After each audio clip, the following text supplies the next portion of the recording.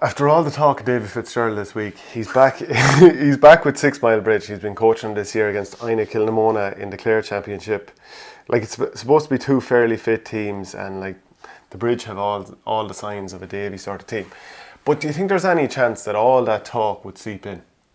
No, I think there would have been an unbelievable amount of talk, and like surely when he's coming in the door, he's getting slagged about this and that. He's going up the road or whatever. It's interesting to hear his comments yesterday saying that how I know he's torn, but it's interesting to say, and I had heard it as well, but to get confirmation that he hasn't actually been contacted by Galway about the job officially from a county board official, which is interesting. Well, all this talk of bookies have suspended betting. You were saying to me that you've seen this before, where it's not exactly like millions of quid going on. No, this betting suspended thing is the greatest sham of all time. It's essentially a bookmaker who I won't name because they don't deserve to be named, basically getting PR for themselves. So Davy was backed from 5-4 into 1-2. No more than €100 would have taken that. They're saying he started off 100-1. If you put €2 on 100-1, it would have went to 20-1, and that's a fact because it's such a volatile market.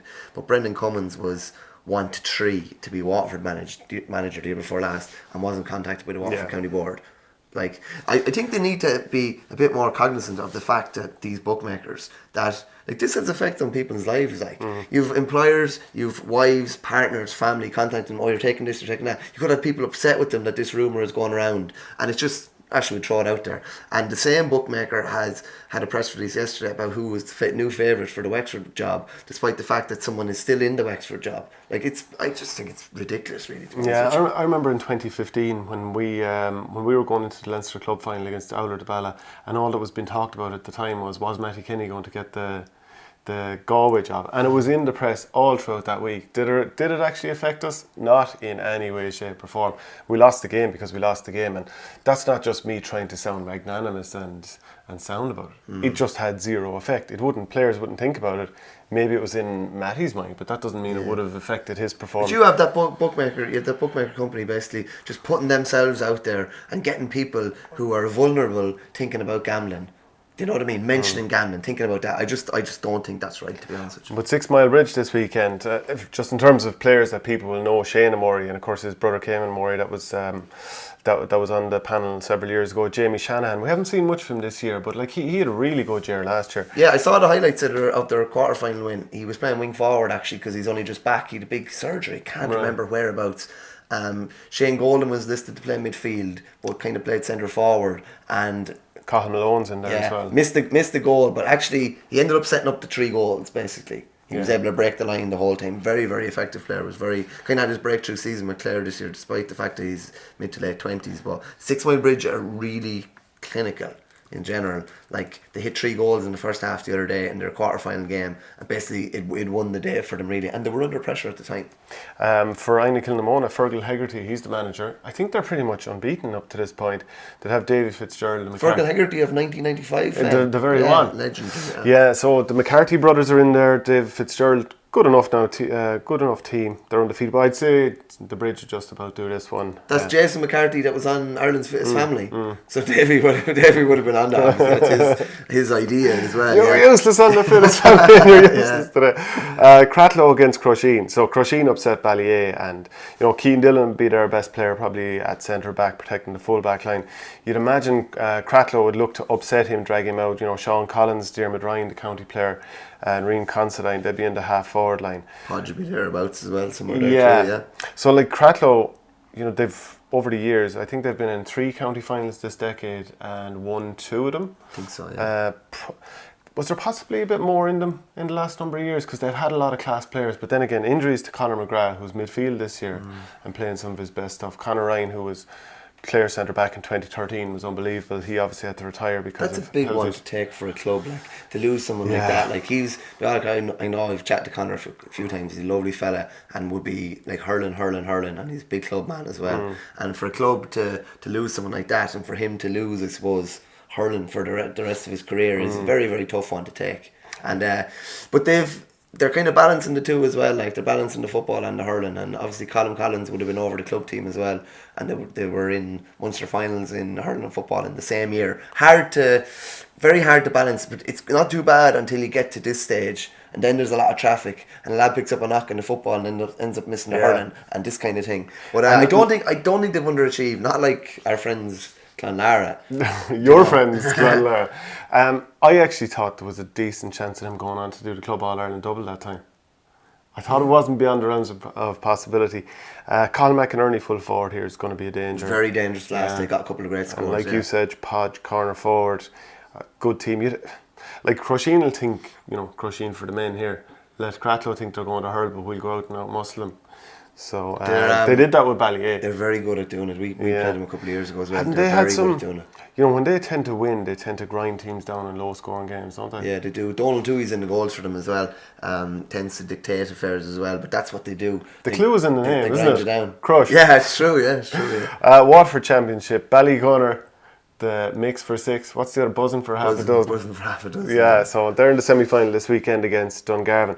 Unbeaten since the county final of 2013, the Gunner. It's savage, isn't it? Really, yeah. And it hasn't been put up to them that much really in the last couple of years. And I was very happy for them that they got their Munster final last year, because they've been kind of hanging around that stage for a while. Kind of like Turles as well. And Yeah. Because Owlert went through so much pain, and so did Ballygunner. Colours was Owlert as well. Yeah, Ballygunner had lost like one of 8 Munster finals up until last year. The last one was like 2002, I think. Yeah. So Dungarvan haven't appeared in the county final since 2012, and that was their first in 61 years. So they haven't won the title in 78 years. It's going to be very hard to make a case for them. They have the likes of Darragh Lyons and Patrick Kern, Jamie Nagle. Remember he was on the county panel. Yeah, he was back a lot, yeah. But remember when he got kind of dumped by Derek McGrath when he did that clean out? And I thought the year before Jamie Nagle had looked like one of Waterford's better players. So and even Richie Foley was another one who was kind of dropped by Derek McGrath at that time as well. He came and had a some people might remember Richie Foley, alright, but he came and had a training session with us in Coola once, and I remember busting into him at one stage, and he just the clatter of him, shoulder into the head now, to be fair. Instead standing. So these teams met earlier in the championship, and Ryan Donnelly had put Dungarvan a couple of points ahead with 17 minutes to go. And the Gunner came back and won by 7. Like Ballygunner absolutely pasted passage in the last round by 16 points. Bit of a murmur going around that some of the Ballygunner lads mightn't commit to Waterford next year. Really? It does depend on who gets in recent days. Yeah, well, it looks like Liam Cattle's going to get it. Yeah. But I'd heard that in the background. So interesting. It's kind of when you're a super club like that, some lads like Shinrone. No, that's not where I was going. More like with Corofin, how when your club is going really well, sometimes the attraction is to stay with your club, maybe. Yeah, because it's great to be on that sort of All-Ireland journey or provincial journey. So that's why you never went in with Dublin. with tip. So Dungarvan, last time they were in the final, they lost to De La Salle in 2012, and on that team was John Keane, who is now manager at De La Salle and is of course my first cousin. Oh, very good. Yeah, so he hurled for Borris-Ileigh for many, many years, and then transferred down to De La Salle, won a Munster title. Stroke. He did get sent off in a Munster final, but you could see there was instant regret. He the hurley on Dennis Maher, and probably knew before Dennis Maher flopped over. Probably made too much with Dennis. Is this a case of like when Paddy O'Shea hit Denny Allen, and then he was like, "Oh no, sorry for hitting you, Denny," and the referee just kind of didn't even think he showed him a yellow, or did yellows exist at that time? We just pointed to the line, so John unfairly sent off that day. I know De La Salle have the likes of Jake Dillon and Kevin Moran. John Milan wouldn't be lining out anymore. No, he finished up this year, I think. I think they've won 3 of the last 4 under 21A titles. De La Salle are the coming side, and by all accounts, from chatting to a few people down there, they seem to think that if anybody's going to stop Ballygunner, it will be De La Salle. Yeah, they beat Rowan Moore by 6 points in the quarterfinals, and De La Salle are up against Mount Sion, Austin Gleason's Mount Sion, and I think they had 10 points to spare over Lismore, the 2 Shanahans on that team. Very hard to go against De La Salle here. Yeah, if the challenge game circuit gives much credence, De La Salle gave James Stephens a bit of a pace in there about 3 or 4 weeks ago. So they seem to be going. James Stephens looked like a team that could very well win Kilkenny. And I think at this time of year, if these teams have all their players, like let's say, if that was after Kilkenny lost the All-Ireland to Tipperary, I would say if it was a couple of weeks after, they'd have everyone back because you'd want to see what your full team is like. I don't think in challenge matches where you're putting out everyone, I don't think you're necessarily kind of just experimenting. I think you're trying to get your team settled. So I would read into that, assuming the teams were strong. Relegation final then, Ballyduff Upper against 4 Mile Water. Tip Championship this weekend. Ballyduff Upper, Stephen Malumphey, yeah, looks like he's going to be involved with Liam Cahill. Yeah, and who of course famously could never do an interview without being dressed in army gear. Really? Well, as in any time he was ever interviewed. I thought it was like a prerequisite. No. People just would always ask him about the army stuff, and I think a few times he was kind of pictured in the full regalia, sitting up on a tank or something like that. There's a great picture. Good interviewee, by the way. There's a great picture of Paddy Maher. This was interviewed with the Examiner not long after he came out qualified with the Guards with the full regale on. They must be like cringing doing it as well. Like, did you ever see? There was this promotional photo done for Dublin hurlers. It must be 3 or 4 years ago at this stage, and they had a bus. I can't remember why they had a bus, but there was Paul Schutte getting pictured with his head. I do remember that. The old cap. Years ago. The bus cap. It was to do with AIG insurance or something like that. Yeah, it was awful. Yeah. As you can imagine, that's appeared on the WhatsApp group many times. Tipperary Championship this weekend. There's going to be a replay in the West final between Éire Óg and McCarthy and Clonalty Rossmore. Éire Óg were 10 points up in the drawn game. And I think Timmy Hammersley scored something like 115, something. Are Éire Óg starting to get caught with football and hurling at this time of the year? It's the recurring issue for them. Yeah, it's very hard to juggle the two. You know, the likes of the Foxes would be in there. Conor O'Brien, I presume he's still centre back. Foxy, people might remember him playing cornerback for Tipperary. Kildangan against Borris-Ileigh in the North final. So the betting will be pretty tight on this. It's like 5-6 Kildangan, 6-5 Borris-Ileigh. Where are we looking at? Nina, is it? Abroad in Nina, yeah. Tip into that. And like Kildangan actually just have a really good balanced team with a load of really nice hurlers all over the field. Yeah. And that doesn't mean they can't win the ball. They can, of course. They've got Alan Flynn, who'll probably be centre back or maybe man marking somebody. Billy Seymour, full forward. Remember, he scored 2 goals in the All-Ireland final. Sean Hayes is just out of minor. He's pacey, sort of pacey forward. Ty Gallagher, Joe Gallagher. Yeah, the Gallagher brothers. They have a lot of Willie Connors. Willie Connors will be midfielder, half forward. They're probably just floating around there. So much quality all over that team. Borris-Ileigh, I think Borris-Ileigh are kind of have that right. County final a couple of years ago, got pasted by Thurles.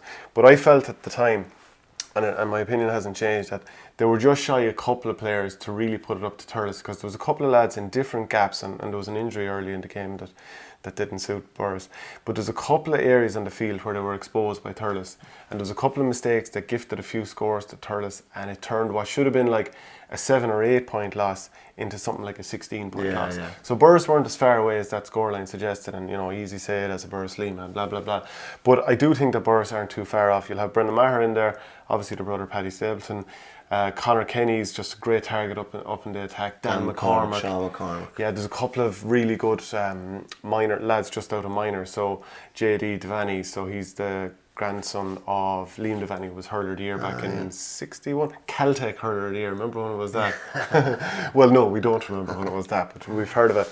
And Kevin Maher taking the frees, he's out of minor as well. Really, really good players. Jerry Kelly, I don't know if you saw that game against Clonalty that was on TV. Yeah, I did. Yeah. So he had that ball that was played up the line to him, and he sort of just stabbed the ball on the ground up into the hand straight over the bar. So Borris-Ileigh it's a tight game. Kildangan are slight favourites, and both teams will be looking for, obviously both want to win this title because it means a lot in the area. The North title is arguably the most competitive of the lot because it has a good spread of teams. Both through to a quarter final already. Both are through in their county stages. In their county groups. Is there any advantage to winning the North, like apart from the title itself? I actually don't know if there's a seeding or something like that. One of the most convoluted championships of all time, as everyone knows.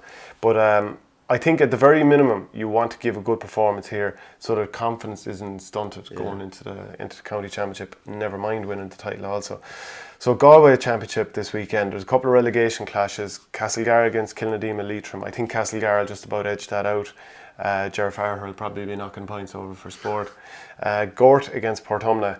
will, like 5 or 6 years after winning the All-Ireland, will Joe Canning and Portumna be sinking down? It's a fair fall from grace, but a lot of people would have said it at the time that Portumna team, that was their golden generation, and without putting too fine a point on it, that there wasn't much coming after that they were going to try and max out on what they had at the moment with their senior team, and because there was going to be lean years after, and it's kind of happened like that. You're looking at, like, Joe is 31, 32, he's going to be leading it until he goes out. Ollie is still playing. Davy Canning is still playing. I'm not too sure who else. Andy Smith is still Andy there. Smith is Damien still playing. Hayes. Damien Hayes, they're all still playing. So, like, you're going to lose. Not only are you losing some of your best players, you're losing a load of your leaders in the next year or two as well. So, like, it's probably inevitably going to happen. If it's not this year, it'll be next year or the year after. But Garter are a fairly formidable side. Like, they have been contesting county finals and winning county finals in recent years, and that's not where they expected to be. Yeah, Aidan Hart to be the player that people probably know Greg the most. Lally as well, a couple more as well. Yeah, he came on in the 2015 final. Yeah. But actually, I think that was one of the weird switches that happened in that 2015 final. Galway ended up with a lot of players midfield that weren't midfielders, and I think he came on for Andy Smith, maybe as a blood sub in that game. Ended up midfield. Cathal Mannion ended up midfield as a young lad at that stage. Some of the preliminary quarterfinals: Cratloe against Tina Abbey Donaire, Capitagle against Clarenbridge, Liam Mellows against Oranmore Marie. The one about that is Liam Mellows were champions under Louis Mulqueen 2 years ago. Oranmore Marie pretty much unbeaten in the last couple of seasons. You know, Jerry McInerney's over Oranmore Marie, I presume it still is. And so you've got Grode McInerney on the team, Niall Burke, Tommy Larkins against Staten Rye. Just interesting in Galway, like, all the talk is about Davy at the moment.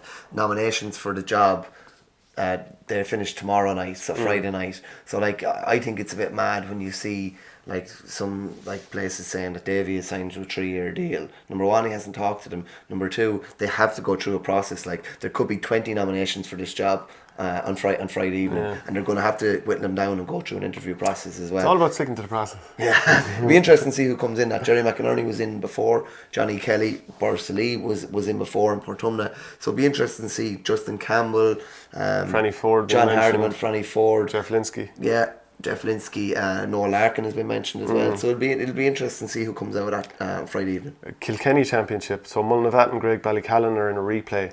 Mulnavat maybe slightly better team with Greg Ballycallan having a few injuries. I think bad weather was a bit of a leveller the last day, and a matchup to watch here is John Walsh against Billy Ryan. So pacey.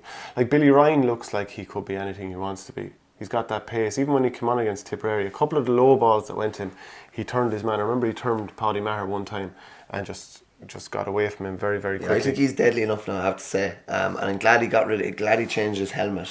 His helmet was holding him back a bit. He had kind of a real, without being smart, kind of a scuttery yellow kind of coloured helmet. And he obviously... What about that isn't being smart? he obviously upgraded it a bit. And it's like an unbelievable hurler. You see some lads who turned the toe of the hurl the other way, and you're just like, lad, just switch, please. What about lads who are holding the hurley, gripping it, and they have their hand like that and don't have their thumb holding the Yeah. You know, there's a good one. Butch Stapleton, they used to play with Leash. I went to college with him. He won't thank me for saying this, but he used to always have the two hands on the hurl. So even when he was running, he had the two hands. He had the two hands in the hurls like that. My cousin, Father Vinny, you know, the priest who plays for Borris-Ileigh, he'd be a big paddler as well. So they're like little small things that are like holding lads back. It's just because it aesthetically doesn't look good. No more than Billy Ryan's. I get accused of holding the hurley full length when I'm running around as if I'm about to go into battle. I think Danny Sutcliffe does that. He does actually, yeah. But that'll be interesting. John Walsh, I was looking back through, I did a piece about 2 years ago for Independent. It was like 5 lads, Kilkenny players that could break through. And John Walsh was one of those. And he just, remember, did he get 2-5 in a minor final?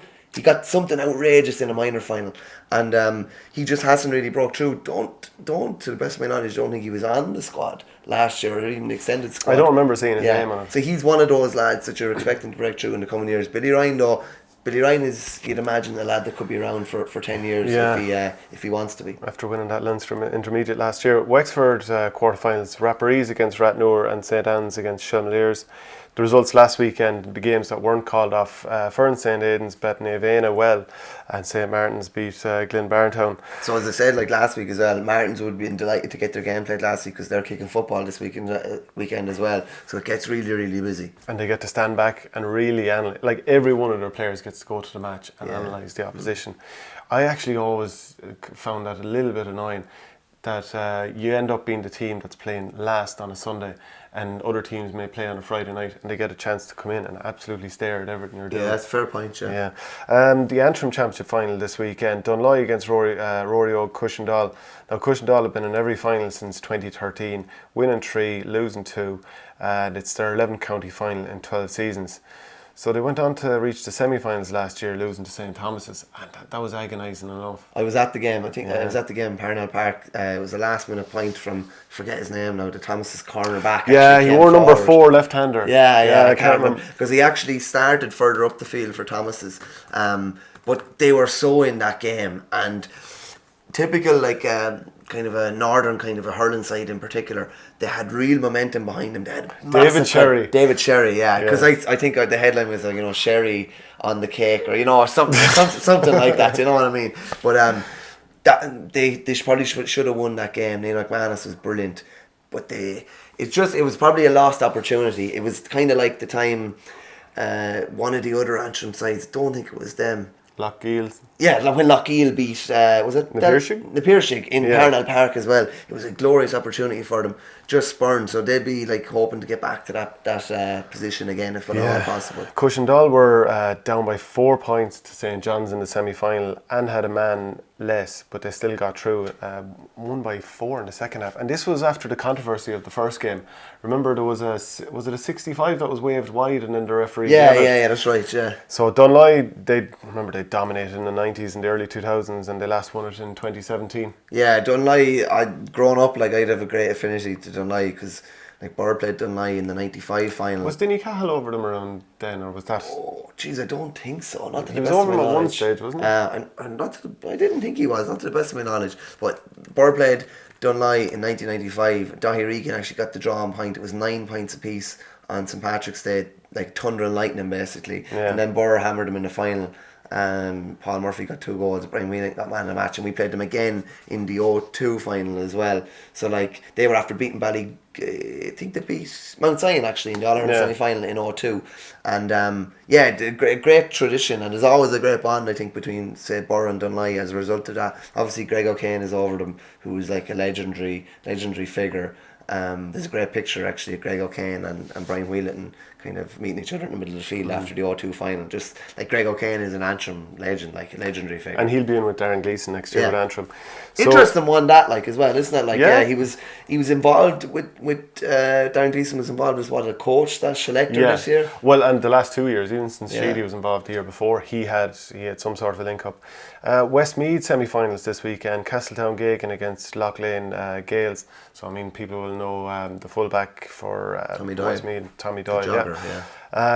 Clonkill against Raharney. So Clonkill have had a couple of extra games, so I think that might stand to them. Very hard. Westmeath's very hard call. Yeah. Very, very hard call. And there's been a couple of shock wins for Westmeath teams. Maybe they don't see them as shocks over the years against. I think Ballyboden were knocked out by, was it Clonkill or Raharney one year? Yeah, they were beaten by one of them. Raharney beat Coolderry one year as well.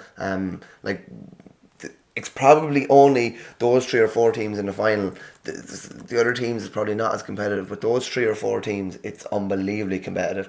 We would always be playing games in Westmeath against the likes of them. You know exactly what you're going to get. Yeah, Schlockneil have won the last 6 Derry hurling titles in a row. They're against Kevin Lynch's, and Kevin Lynch's got to the final in 2014, only beaten by a couple of points by them. Last won it in 2011 when it hammered Lavey. So I'd say it's very hard to make a case against Schlockneil here. Just their level of conditioning, and we played them in the final, semi-final in 2017. Very physical team, and also a lot of those players are on the football team. And you've got to be in great nick to be getting to an All-Ireland final like they've had once or twice. I have to marvel at Schlockneil, we get some heat even sometimes in my own club in Borr for kicking a bit of junior football, and these boys can go and play senior hurling and senior football and play to an unbelievable level. The communication levels between managers must be unbelievable, and the players must have a great bond with each other and just be pushing for both of them, not just for one. You're not a hurler, you're not a footballer, you're a dual player, and that's it. Because it's very, very hard to do. And it's probably one of the things that is taken away from, that sees Derry down in Division 4 in football last year, because they're not seeing their players until maybe April. Yeah, that's true. Yeah, Whereas that's what it's a super. There again, they're another super club like as well. You know. So that's it for the hurling talk this week. Make sure to send us in any stories that you think are that we should be covering, or any matchups that we might have missed out on, to @ML Verney or to @Shane Saint, and don't forget to subscribe to the channel by clicking on that button just there.